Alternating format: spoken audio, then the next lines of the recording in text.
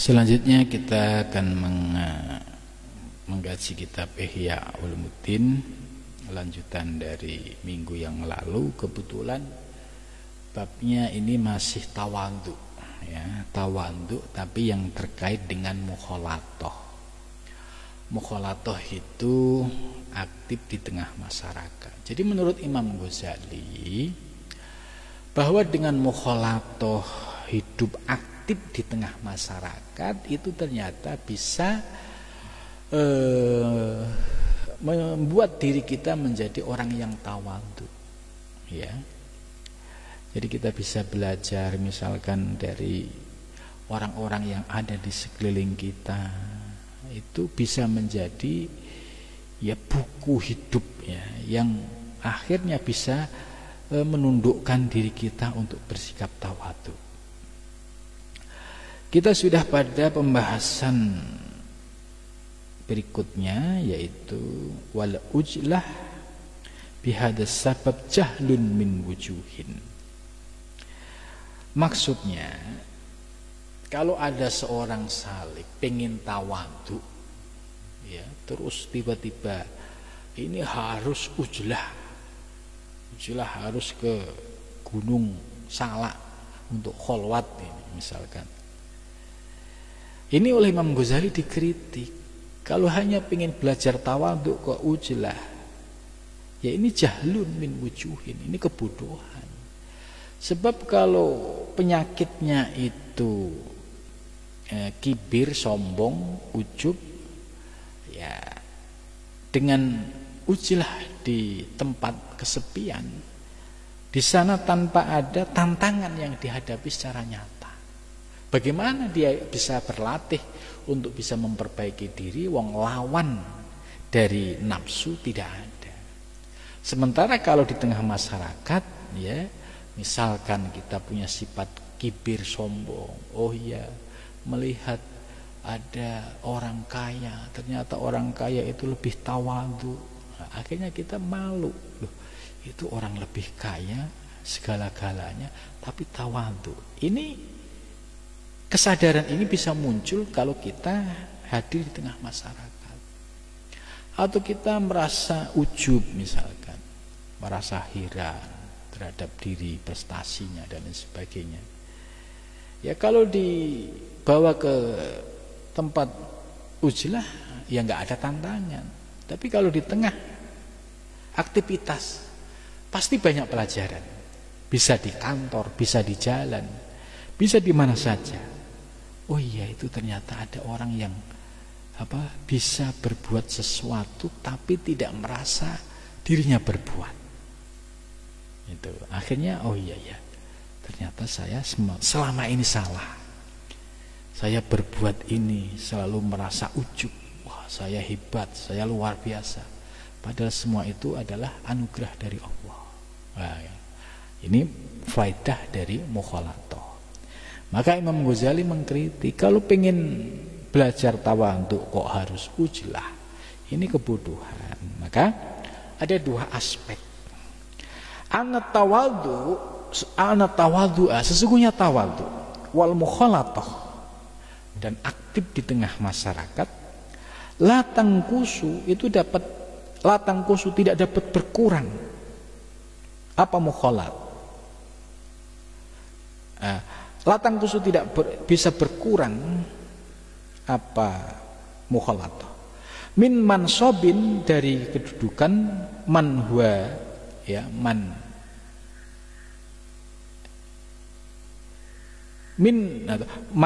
orang, huwa bermula dia, mutakabbir, yaitu orang yang sombong, bi ilmihi, dengan ilmunya, au dinihi, atau agamanya. Itkana, ya, ini maksudnya begini. Jadi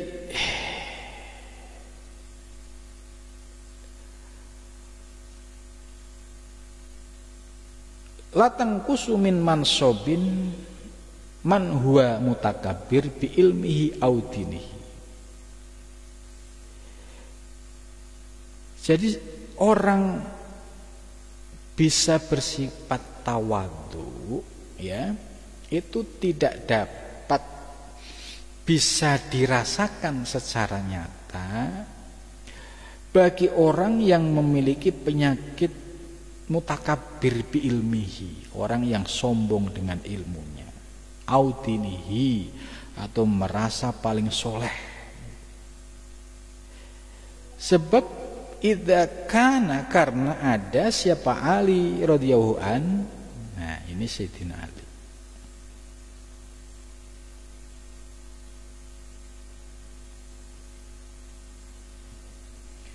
Sebab Sayyidina Ali Hamila pernah membawa athamro, yaitu kurma, wal milha dan garam, fi saubihi dalam pakaiannya, wayatihi dan tangannya. Wayakulu la yang kusul kamil min kamalihi ma jarro min naf'in ila iyalihi. Bagi orang yang sempurna, sempurna itu kekokohan ruhaninya, orang yang kokoh ruhani, orang yang sudah memiliki ketetapan iman, itu tidak akan terpengaruh dengan jabatannya, dengan hartanya. Ya, contoh kalau orang yang sudah belajar ilmu tasawuf, kemudian ikut torekoh, ya, hatinya sudah bersih, sudah jernih, itu insya Allah berbeda dengan orang awam. Sama-sama kaya, tapi orang yang ahli torekoh, dia sudah bisa menempatkan harta itu sebatas di tangan, tidak masuk ke dalam hati. Sementara orang yang kaya tanpa ilmu, harta ini ya hasil kerja keras saya. Ini kalau saya nggak kerja keras, nggak mungkin saya dapat harta. Jadi keakuannya muncul, tidak bisa mengembalikan kepada Allah Subhanahu Wa Taala. Ya. Maka di sini bahwa menurut Imam Ghazali bahwa orang yang bersikap tawadhu itu sekalipun dia memiliki kedudukan, memiliki jabatan, memiliki harta benda, kalau hatinya sudah kokoh, tetap tidak ada berkurangnya sifat tawadhu itu. Nah, ini sebagaimana Sayyidina Ali ini salah satu sahabat Nabi yang masih ponakan Nabi yang memiliki kekuatan atau kecerdasan spiritual. Beliau la yang kusul kamil min kamalihi. Jadi sekalipun di tangannya itu ada kurma dan garam. Kurma ini sebuah ibarat, yaitu sesuatu yang istimewa. Sedangkan garam itu ya sesuatu yang dianggap rendah. Itu bagi orang yang hatinya sudah kokoh, sudah kamil min kamalihi, itu tidak akan terkurangi sedikit pun.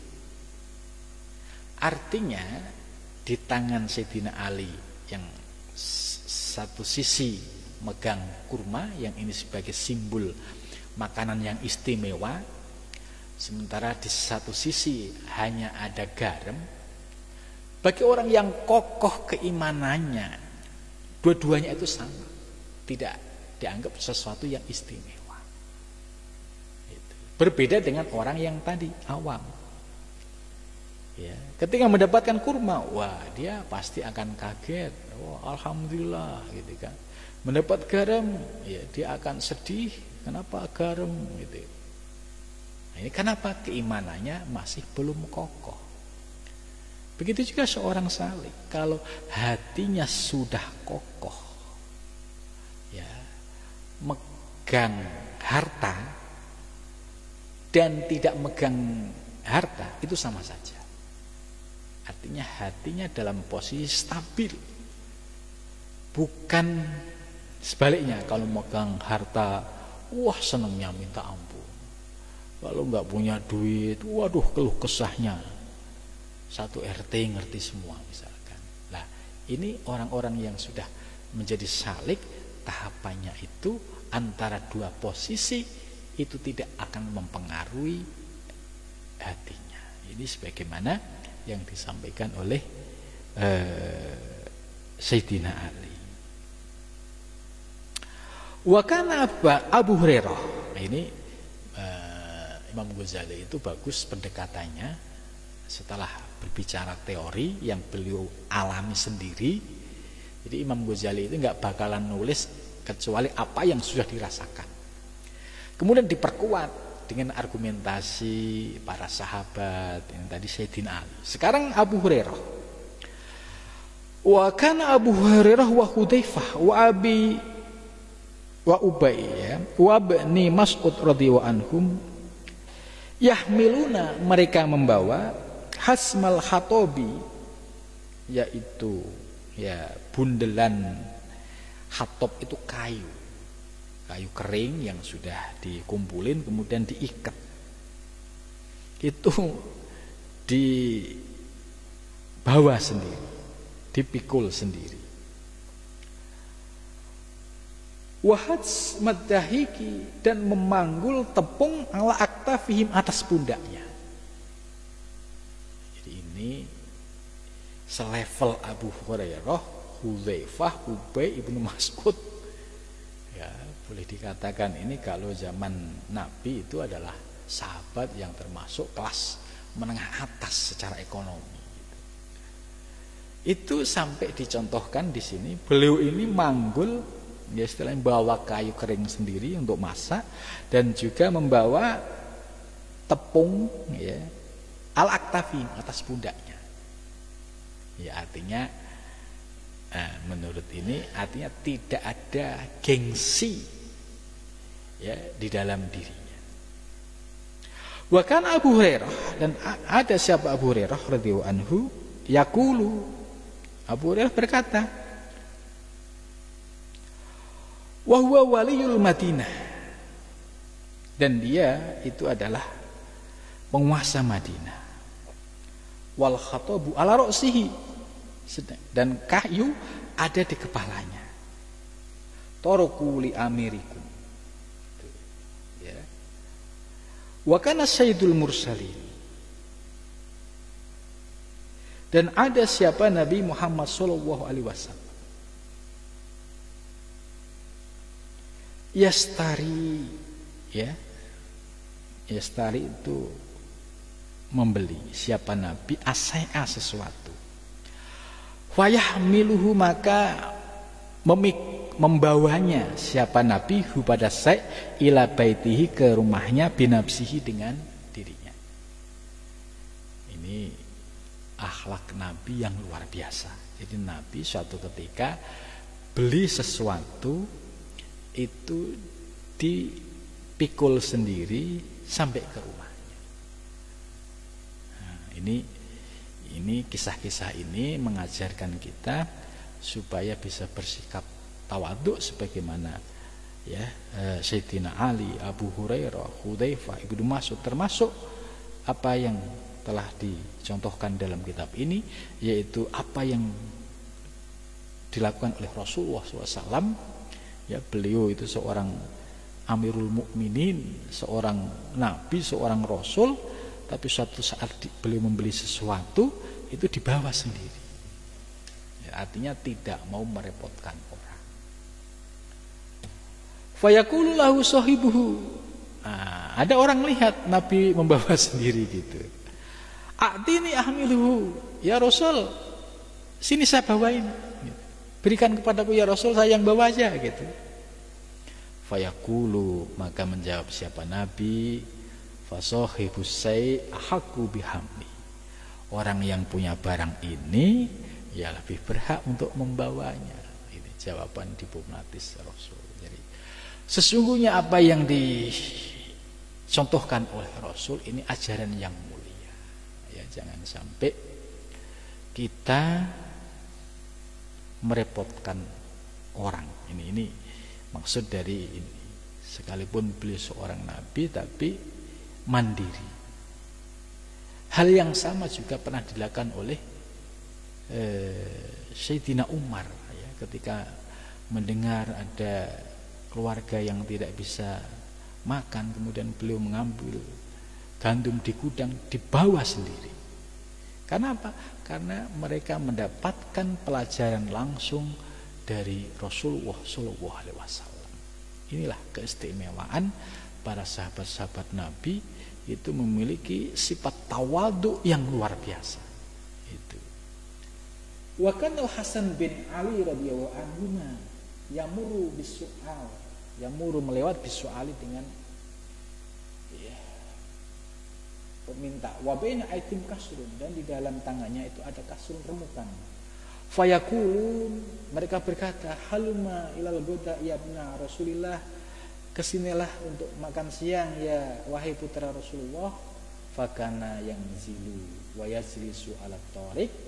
Kemudian beliau Hasan bin Ali, yaitu cucu Nabi, itu turun dan duduk ala tariq, ya, beserta orang-orang yang minta tadi, wa yaqulu ma'hum, dan makan beserta mereka, wa yarkab, dan naik kendaraan, wa yaqul, dan berkata, innallaha la yuhibbul mustakbirin, sesungguhnya Allah tidak suka orang-orang yang berlaku angkuh dan sombong, ya. Kemudian al-wajhu tsani, tadi dari aspek yang pertama. Aspek yang kedua, annalladzi sagula nafsuhu, bahwa seseorang yang sibuk dengan dirinya, bitolabi ridhun nas, orang yang sibuk mencari ridho manusia. Artinya orang yang orientasinya pengen dipuji oleh orang. Wa tahsini i'tiqadihim fihi mahrurun, dan dia punya keinginan untuk memperbaiki etikotnya. Nah, orang yang seperti ini mahrur, ketipu. Orientasinya itu pengen mencari ridho manusia, tapi di sisi lain pengen memperbaiki etikotnya. Ini sesuatu yang paradok, gitu. Nah, maka harus dirubah. Keinginan untuk mencari ridho manusia itu dirubah mencari ridho Allah. Nah, itu baru itikotnya lurus, ya. Kalau orientasinya pengen dipuji oleh makhluk, ya pasti sampai kapanpun itikotnya untuk lurus itu sangat susah. Maka Imam Ghazali fihi mahrur, ya, di dalam masalah ini mahrur itu tertipu. Li'annahu, karena sesungguhnya lau arafallah, jika seseorang itu mengenal Allah haqqal ma'rifati, sebenar-benar ma'rifah, alima annal khalqa, alima, dia mengetahui, annal khalqa, sesungguhnya makhluk, la yahnun tidak akan memberikan pengaruh apa-apa anhu darinya. Jadi kalau orang yang sudah ma'rifah betul mengenal Allah itu telah memahami bahwa makhluk itu la yahnun, tidak akan bisa mencukupi apapun. Kenapa menjadi tujuan itu? Minallahi, dari Allah, say'an, sedikit pun. Wa anna dararuhu, dan sesungguhnya bahayanya, wa naf'ahu, dan manfaatnya, biyadillah, di tangan Allah. Wala nafi'a wala durra siwahu, karena tidak ada yang bisa memberikan manfaat dan memberikan madarat siwahu, selain Allah.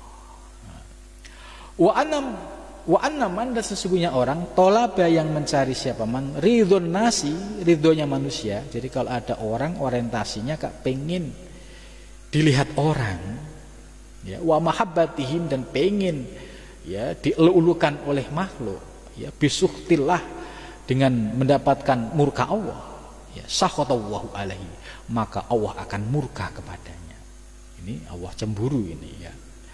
Wa askhata alaihi nas, kalau Allah sudah murka, maka manusia pun juga akan murka. Nah, ini jangan sampai kita salah orientasi. Itu. Jadi jangan sekali-sekali kita seorang salik itu orientasinya kepada makhluk. Tetap hati kita ini wajjahtu wajhiya lilladzi fataras samawati wal ardh. Bal ridhun nas, bahkan ridho manusia itu goyatun la tunalu, itu puncak yang tidak akan pernah diperoleh. Faridullah, maka ridho Allah aula, lebih utama, bitolabi, dengan dicari. Walidzalik qala Syafi'i Yunus bin Abdul A'la, wallahi demi Allah ma aqulu aku tidak akan berkata laka kepadamu illa nushan kecuali memberikan nasihat innahu ilaisa ilas salamah minan nas sesungguhnya tidak ada keselamatan dari manusia min sabil dari sisi ini. Jadi jangan sampai kita salah apa ada lintasan pengen perhatian makhluk manusia apapun itu.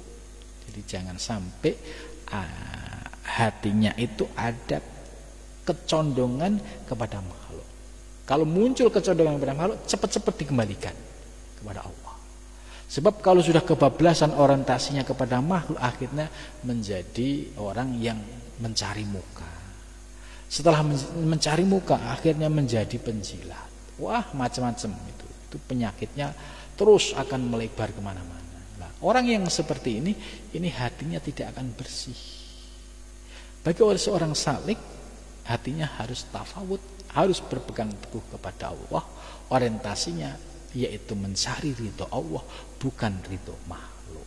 Nah, cara inilah sebagai salah satu cara untuk bisa menimbulkan rasa tawaduk kita kepada Allah Subhanahu wa taala. Ya, saya kira penjelasan yang disampaikan oleh Imam Ghazali cukup ya jelas. Kita diberikan contoh-contoh yang nyata baik dari Nabi besar Muhammad SAW dan para sahabat dan juga para salafus soleh ya, yang mereka sudah teruji sikapnya dalam mencari ridho Allah, bukan mencari ridho makhluk. Mudah-mudahan kita dapat mengikuti teladan Nabi, para sahabat dan salafus soleh, yaitu yang menjadikan Allah sebagai tujuan. Mudah-mudahan Allah senantiasa membimbing kita semua baik lahir maupun batin. Amin ya robbal alamin. Mudah-mudahan pengajian ini bermanfaat. Wa nafi'na tarik. Assalamualaikum warahmatullahi wabarakatuh.